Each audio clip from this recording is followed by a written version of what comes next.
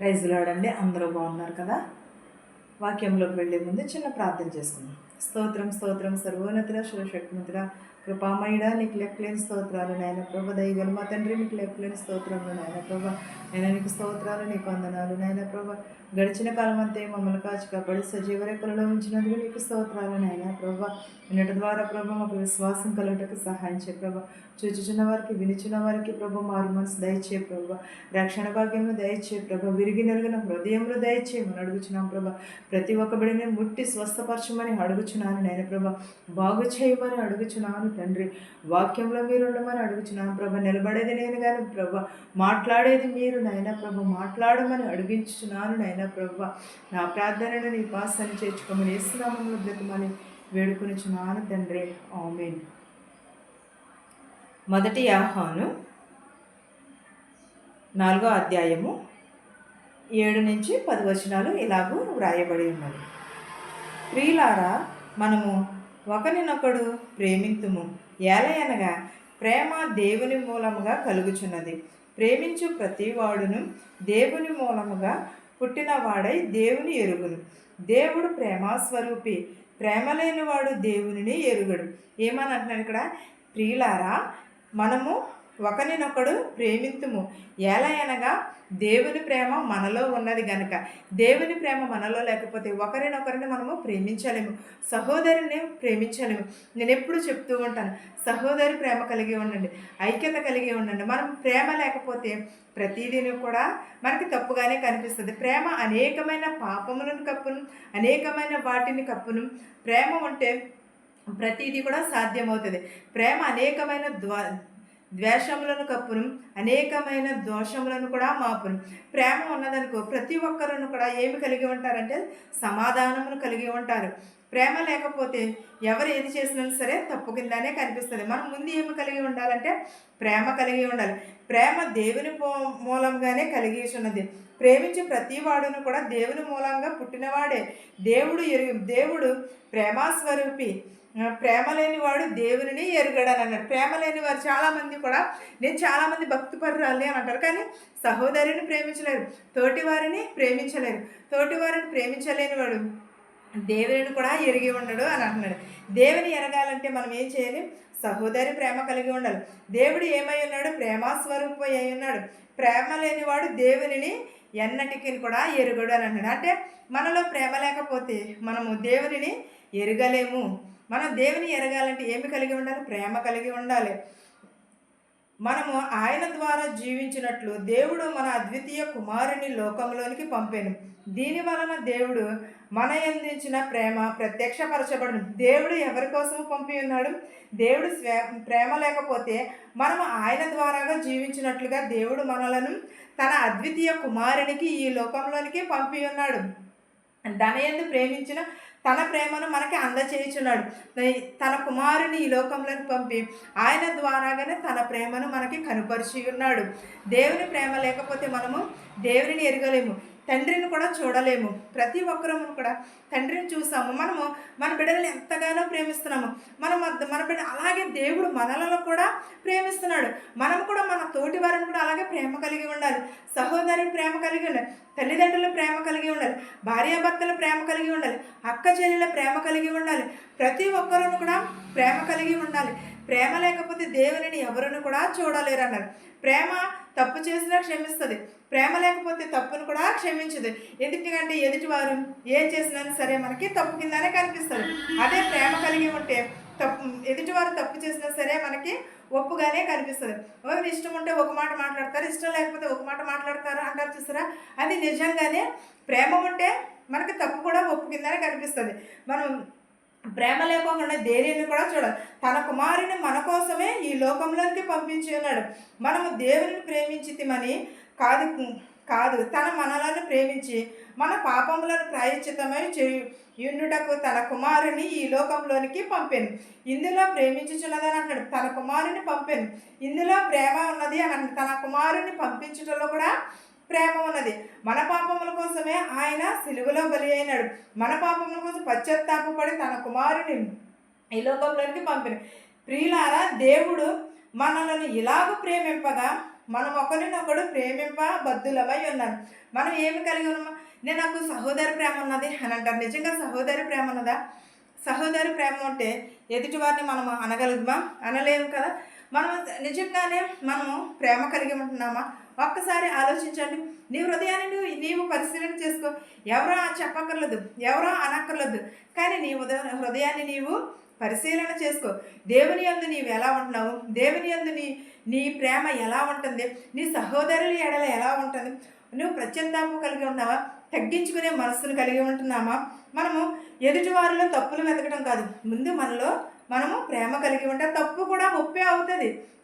లేకపోతే ప్రేమ లేకపోతే మంచి కూడా చెడుగానే కనిపిస్తుంది, చెడు కూడా మంచి. అది చూసే మన స్వభావమును బట్టి ఉంటుంది. తన కుమారుని ఈ లోకంలోకి పంపినాడు. దేవుడు మనల్ని ఇలాగ ప్రేమింపగా ఒకరినొకడు ప్రేమింపవాలని బద్దులమై ఉన్నామని అన్నాడు. ఏ మానవుడును దేవునిని ఎప్పుడునూ చూడయుండలేదు. మనం ఒకరినొకడు ప్రేమించిన ఎడల దేవుడు మన యందు నిలిచియుండును. ఆయన ప్రేమ మన యందు సంపూర్ణమవుతుంది. ఏంటి? ఏ దేవుడును కూడా ఏ మనుషుడు కూడా దేవునిని చూడలేదు. నిజమే కదా. ఎప్పుడో పేతృకాలంలోనే మనం పుట్టకముందు జరిగినది ఇవన్నీ కూడా. అయినా సరే దేవుడు మన పుట్టకముందే ఎప్పుడో జరిగి ఉన్నవి. 2000 సంవత్సరాల కింద జరిగి ఉన్నాయి. కొంతకాలం గ్యాప్ వచ్చింది, కొంతకాలం తర్వాత మళ్ళీ ఉన్నది. ఇవన్నీ కూడా ఇవి బైబిల్లో లిఖించబడినవి కాబట్టే వాటిని మనం చదవగలుగుతున్నాం. ఒకవేళ బైబిల్లోని ఇవి అచ్చు కానీ ఇది కానీ చేయకపోతే మనము ఏది కూడా మనకు తెలియదు. అంతకుముందు ఏం జరిగిందో మనకు తెలియదు. అలాగే మన తాతకాలంలో ఏం జరిగిందో కూడా తెలియదు. అది కానీ ఇప్పుడు బైబిల్ ప్రకారంగా ఇది అచ్చివేయబడినది కాబట్టే ఇది మనము చూడగలుగుతున్నాం. దేవుడు ఈయన ప్రియులారా, దేవుడిని మనం ప్రేమింపగా ఒకరినొకడు ప్రేమింపబద్దులమై ఉన్నామన్న. ఏ మానవుడును కూడా దేవుని ఎప్పుడును కూడా చూడలేదు అన్నాడు.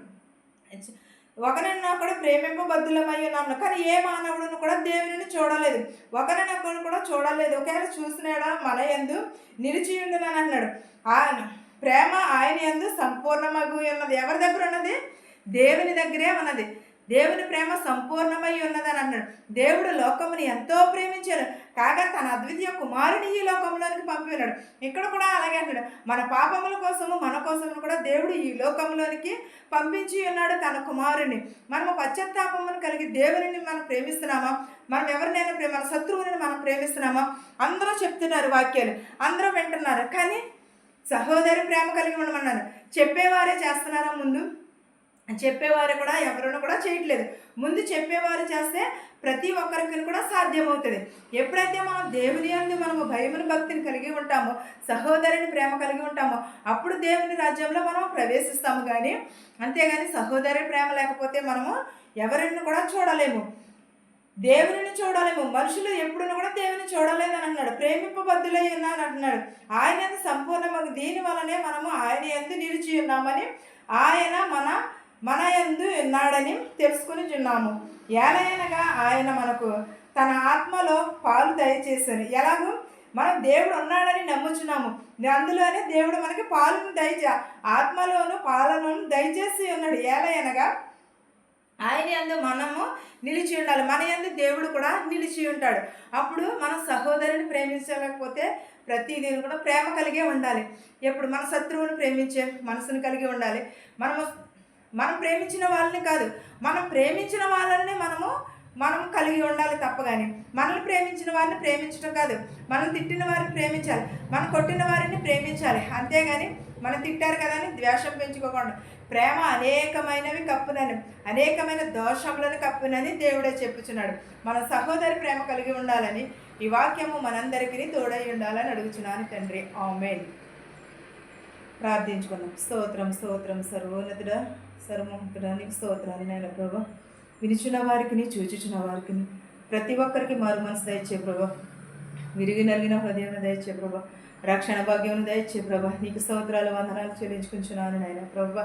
మా శత్రువులు మిత్రులను దీవించినాను, ధనికులనేమి పేదలనేమి దీవించినాయన ప్రభా. ఎవరెవరైతే ఏ చేతి పనులు అయితే చేస్తున్నారో వారి చేతి పనులను దీవించినాయన ప్రభా.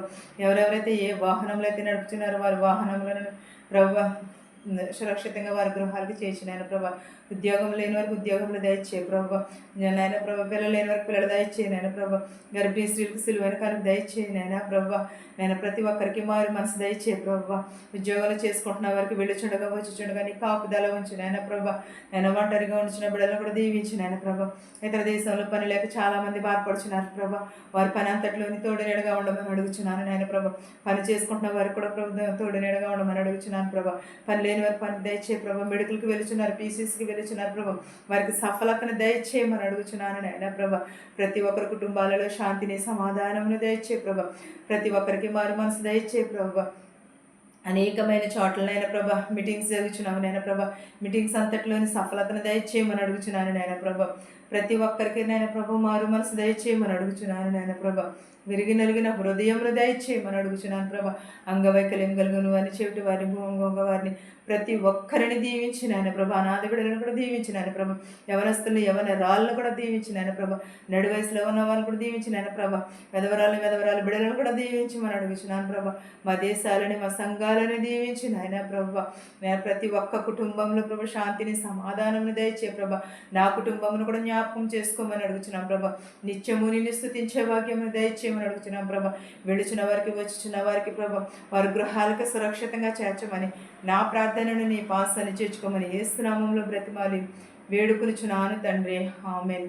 పరలోకమందున మా తండ్రి, నీ నామము పరిశుద్ధపరచబడును గాక, నీ రాజ్యం వచ్చును గాక, నీ చిత్తము పరలోకమందు భూవెందు నెరవేరినట్లును మనిదిన ఆహారం నేడు మాకు దయచేయము. మరణస్థులను మేము క్షమించిన ప్రకారము మరణములను క్షమించుము. దుష్టుని నుండి, శోధ నుండి తప్పించుము. రాజ్యమును, శక్తియు, మహిమయు నిరంతరము నీవై నావు మా తండ్రి. నిలిచిన వారికి, చూచిన వారికి, నా గృహము పైనను ప్రభా, ప్రతి ఒక్కరి కుటుంబాలపైనను సదాకాలముని ప్రభుతోడై ఉండును గాక. ఆమేన్. అందరికీ వందనాలు.